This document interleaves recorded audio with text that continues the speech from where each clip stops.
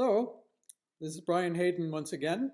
It's cold and rainy on the rain coast of Northwest North America, which is characteristic for the season. I'd like to talk to you today about hunting and gathering societies. Um, that hunting and gathering is just what it sounds like. The food that was obtained was all from the wild, just what's naturally growing.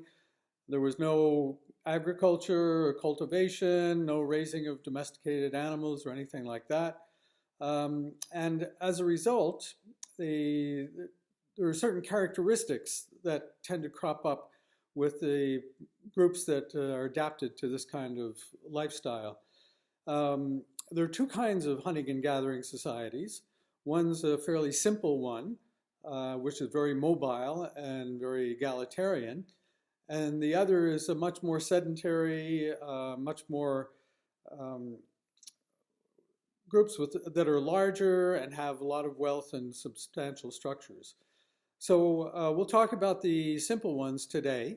These are archaeological terms, simple and complex.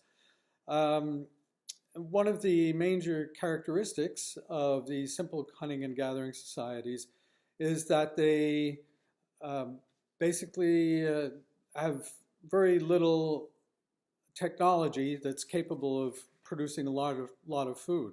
So the technology that was used was basically stone technology like this chopper, used for cutting down wood. And in addition to that, we have other kinds of tools that are used for scraping, for making spears and digging sticks. Here's a nice flake tool with some scraper retouch.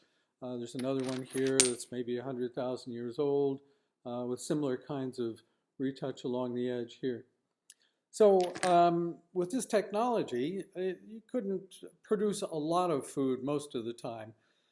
So maybe enough for one person every 10 square kilometers, or 20 or 30 or 40 or 50 square kilometers, or even less. So as a result, you exhaust the food that's available within easy distance pretty quickly, and you have to move on to another place where there's more food. So these groups are fairly mobile. They didn't store food. They had to carry everything with them that they needed on their backs, basically, or in their arms. So that includes all the spears, the stone tools, the water, food for traveling, clothing, bedding, children, etc.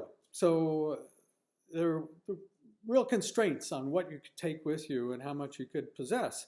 So the material items in these groups are fairly limited, and the food is fairly limited as well. As a result, and it fluctuated a fair amount too, so that there's a big, strong emphasis on sharing in these communities. There's only maybe 20 to 50 people in a band, in a group that works together and moves together. So pretty small, and a lot of these are interrelated, part of the same families.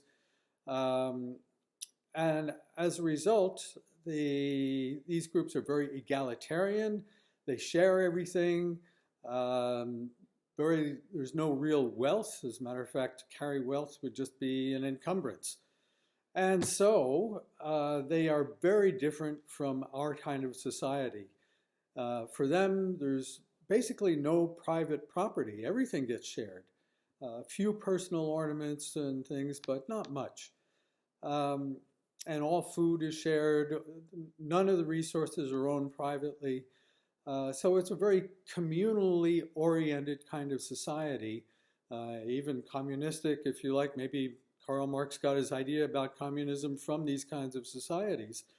But it's very different from our own. And people who try to get as much for themselves are considered amoral or considered outcasts. And so there are a lot of procedures put in place to limit the people's claims to private things and for not sharing, etc. This is the kind of society that people began developing 2.5 million years ago. and it persisted for 2.5 million years. It's only in the last perhaps 20, 30,000 years ago that we start getting a very different kind of society emerging. So, and that's, these are called complex kinds of societies. But these simpler ones, the types that are mobile, are very, it's not as though that they were conceptually complex. They had complex language, they had complex kinship relationships, they had complex mythologies and ideas. So it wasn't the mental part that was simple. It was just the technology and the lifestyle. When we get into the more complex ones, we get very different kinds of characteristics that come up. As you can see from this picture here, of a more complex group on the northwest coast here, where you can see major architecture, major wealth, and a lot of social differentiation. So we'll talk about those next time. I just want to point out that the Hollywood version of hunting and gathering societies is always being on the edge of starvation and basically living in caves and not being able to talk properly, always communicating with grunts and hauling people around by the hair. It's very unrealistic. It was basically Richard Lee and company who, in a book 1968 called Man the Hunter, dismissed all those. They showed that these simple hunting and gathering societies really only worked 2 to 5 hours a day. So they had lots of leisure. And they were sometimes called the original affluent society because they had everything they needed. Okay, so we'll talk about more complex developments next time. Those are the ones that are featured in my book, The Eyes of the Leopard, about a story about those kinds of hunting and gathering societies in Europe. Okay, I'll see you later. Bye.